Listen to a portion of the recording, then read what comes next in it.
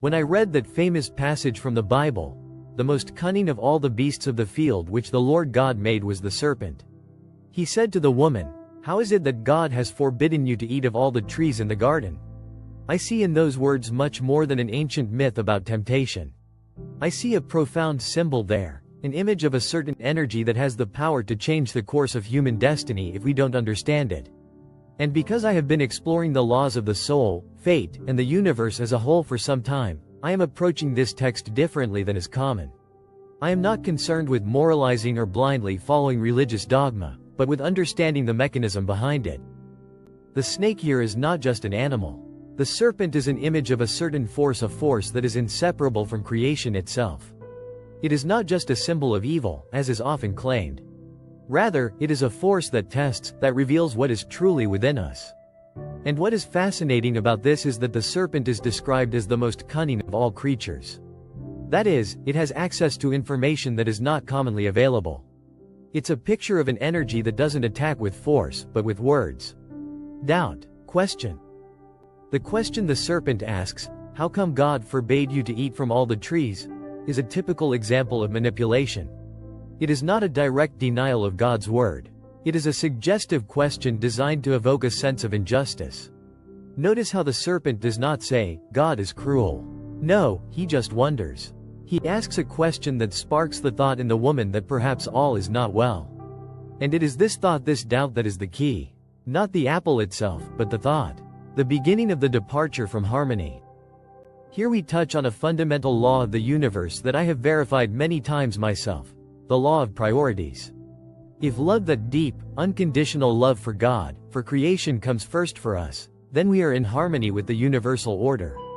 But as soon as love moves to second place, as soon as the desire for knowledge, power, or even goodness without love comes first, for example, there is a problem. And that's exactly what happened in the biblical story. The serpent represents the power of knowledge, but knowledge without love. It offers the woman knowledge of good and evil, but through a direct disruption of the order God has established. And what will the woman do? Not that she is evil or weak. She just doesn't keep the right priority at that moment. The love of God is replaced in her by a desire for knowledge. And when a man decides that he wants something more than God himself, that he wants his gifts instead of him, the fall begins. This is a crucial moment for me. Not that I am judging him. I see it as a universal principle that still applies today. How many times in life does it happen that we want something, health, success, a relationship, knowledge, and at that moment we cease to be in harmony? We put something first that should be second. And then we wonder if it takes away our strength, that problems, illnesses, crises come. But in fact it is not a punishment. It's the result of a disturbed priority structure. When I think about why the snake is described as the most cunning, I think to myself that there is no coincidence. One must be wary of the very thing that looks clever, that pretends to be good but is not rooted in love. How many people today are doing evil in the name of good? How many technological advances appear to be a blessing but are actually soul-destroying because they are not based on love?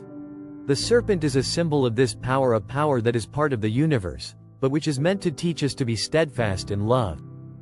To understand this even more deeply, let's look at how the serpent asks. It doesn't say, "Come, take the apple." No, he's just subtly sowing doubt. And doubt is the seed of destruction. If we begin to nurture doubt about God, about love, about justice, we open the door to forces that will lead us away from harmony. This does not mean that we should not question. Questions are important, but it depends on what condition they come from. There are questions that come from humility and there are questions that come from pride. Here it is important to remember that the original harmonious state of man was based on unity with God. Man did not need to know everything because he was part of the whole. But as soon as there is a desire for knowledge without God, separation begins. And separation is the beginning of suffering. It is not a punishment from God, it is a natural consequence. A man who becomes separated loses energy. And then he starts looking for it outside in food, sex, work, relationships, knowledge. But none of these can give it to him permanently. So the snake is a symbol of strength that reveals where we have a weakness. It shows us what we haven't worked out in ourselves yet. And that's how I take it in my life. When some snake question comes up, some doubt, some inner voice that tempts me to put ego before love, I don't see it as evil. I see it as a test, as an opportunity for growth. And I know that if I pass, my soul will grow stronger. If not, pain will come, but the pain will bring me back. It's not useless. In the modern world, the snake is ever present. It just no longer speaks with a voice in the garden, but through advertisements, media, the internet, ideologies. Everywhere I hear variations of the single question, did God really forbid you to have everything? Do you really have to limit yourself? Why shouldn't you have knowledge, power, pleasure right now? And people listen to that because they have forgotten what real happiness is. They think happiness is the satisfaction of desires. But real happiness is the state of the soul that loves, that trusts, that is in union with the source. So when I look at that passage of the Bible through the eyes of spiritual law, I see there not only the beginning of the fall of humanity, but also the key to the return. It all depends on what comes first for us. If it is love, that which is not sentimental, but deep, inner, connected to God, then no serpent can deceive us. Not because it will cease to exist, but because it will no longer have power for us. His words will bounce like drops of water off a rock. And as for Eva, I don't feel any judgment towards her. On the contrary, I see all of us in her. Everyone who's ever doubted, who's ever longed for more, who's ever lost themselves. But I also see in her the power of return. Because true knowledge only begins when we realize what's really important. And then even the knowledge of right and wrong can become a tool of wisdom, but only if we submit it to love. Perhaps that is why man had to fall, so that he could recognize how important union with God is. Perhaps it was not a mistake, but part of the journey. But today we know more. We have been through many falls. Now it's time to come back. Not blindly, not out of fear, but consciously. With an understanding of what it means to put love first. Because only then will we be truly free. And no snake will ever have to test us again. When I think about this story, I often wonder, why was it a woman who was approached by the snake? Why not a man? The answer became clearer to me when I understood how deeply the spiritual and emotional level of a person differs according to polarity, male and female. The woman represents the realm of feelings, relationships, and the perception of harmony. She is more sensitive to subtle vibrations, therefore she is also more open to both the divine and the seductive. The serpent chose the woman because he knew that the way to the fall of man is through the violation of the emotional connection with God. And that's what he was aiming for, not logic, not power, but relationship. When a woman loses her inner trust in God's love, she begins to look for love elsewhere. And the man who is energetically connected to her falls with her. So it's not that she was the culprit, rather, she was the first gateway. It shows how important it is for a soul, regardless of gender, to protect her emotional connection to God as the most precious treasure. Once we lose it, our logic becomes a tool to excuse our own mistakes, and our strength weakens. And here we come to another important aspect. The snake does not lie fully. He doesn't talk nonsense. He is working with the truth but distorted. He works with half-truths, which are the most dangerous. After all, what did he say? That when a man tastes of the forbidden tree, his eyes are opened. And it did happen, but the eyes were not opened to light, but to division. Man began to distinguish between good and evil, but he lost unity, he lost the presence of God. So the serpent did not promise anything that would not happen, he just withheld what it would cost. This is also very important for today. Many times I hear sentences that sound like the truth, but in my soul I feel that they carry pride, selfishness, division. You must think of yourself. No one can save you but yourself. You have the right to be happy. Yes, that sounds true, but where is the love? Where's the humility? Where is the consciousness of oneness with everything? The snake today is not a scaly reptile. The serpent is an ideology, the voice of the ego, a false spirituality that offers freedom without sacrifice, knowledge without love, power without service. And yet there is no enemy in all this. There is no dark ruler who wants to destroy us. It is ourselves, our unprocessed desires, our pride, our need to control things. The serpent is just a mirror of what we don't yet have unified within us. And that's why he's such a powerful teacher. It's not a demon I want to exorcise. It's a test that shows me what I need to transform. And in that sense, it is a divine instrument.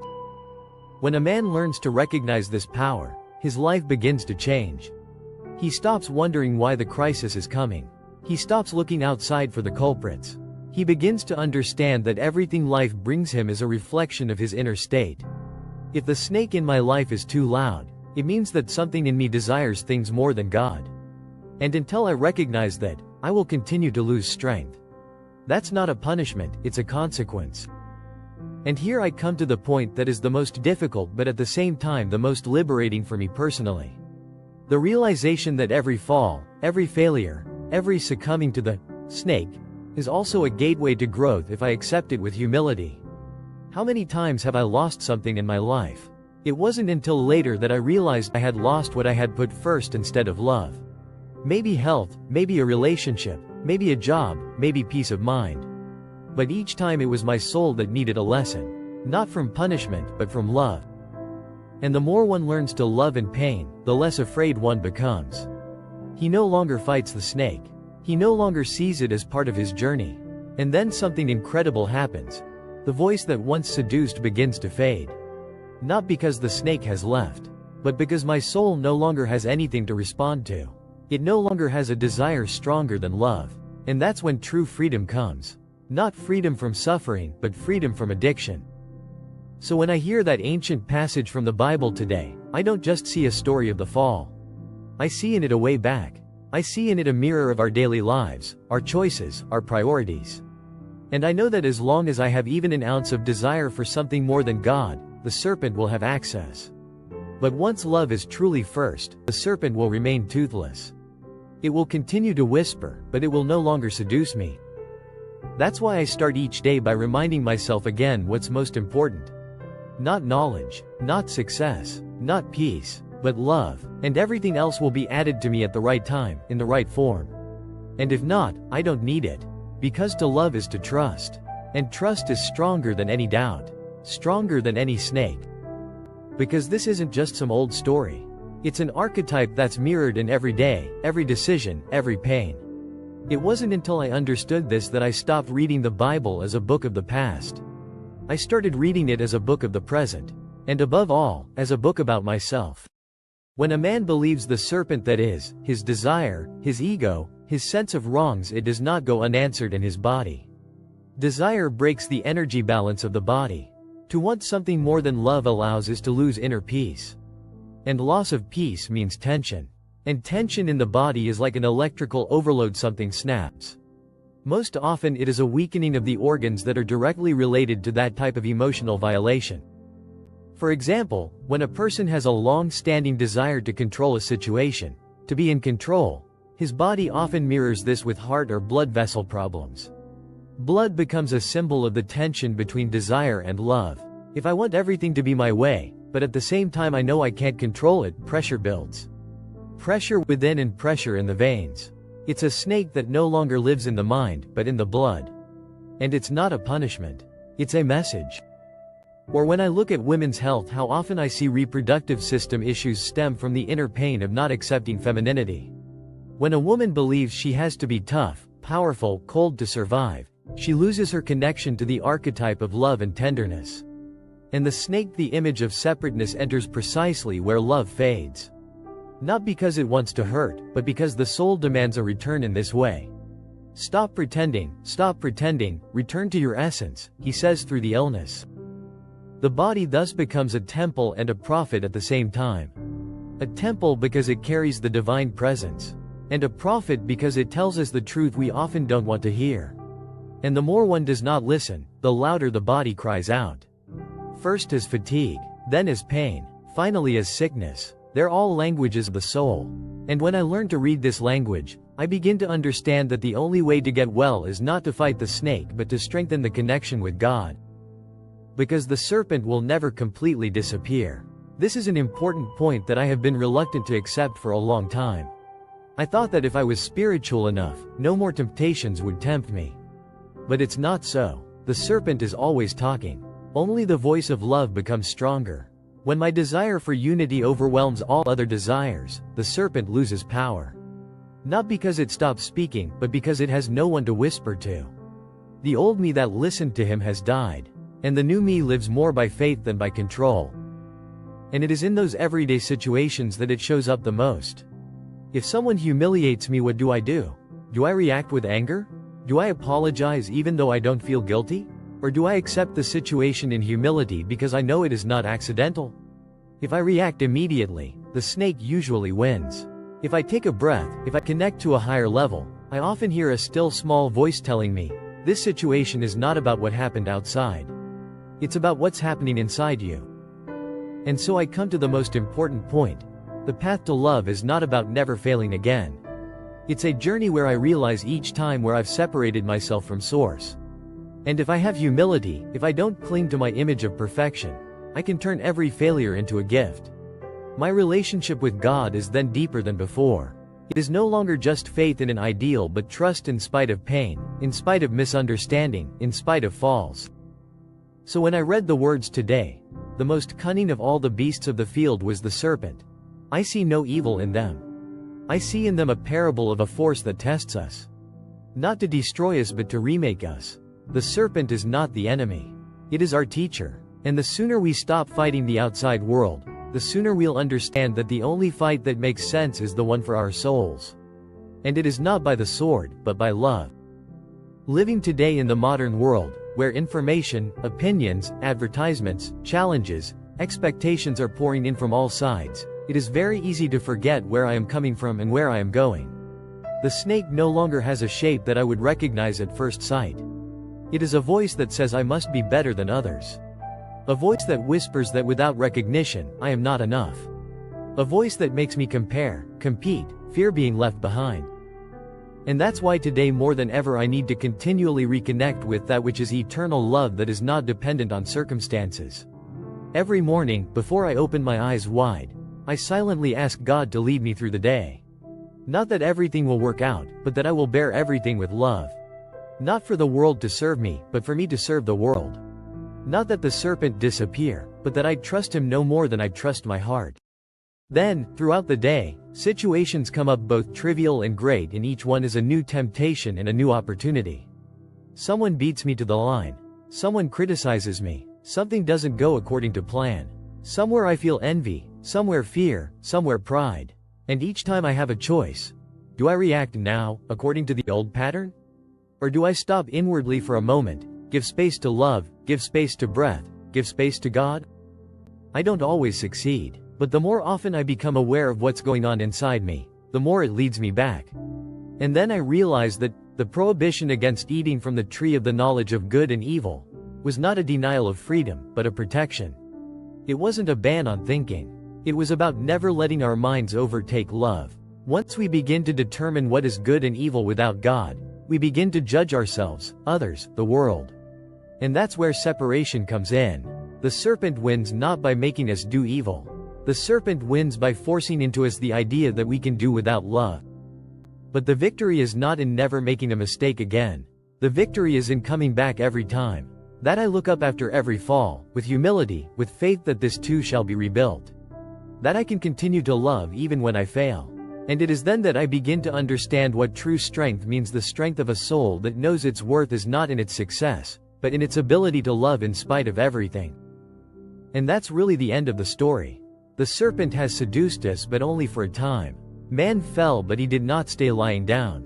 We get up again and again because deep down we know where we come from. And each such rising is a small return to paradise. Not back to the past, but to a state where we are one with God again. And maybe that's why the story was recorded, not to shame us, but to remember. That's how I see it today. That's how I live it. And every day I pray again that I will not succumb to the voice that says, take it, you deserve it, but to the voice that says, give, love, trust. Because only that voice leads back to a life that never ends.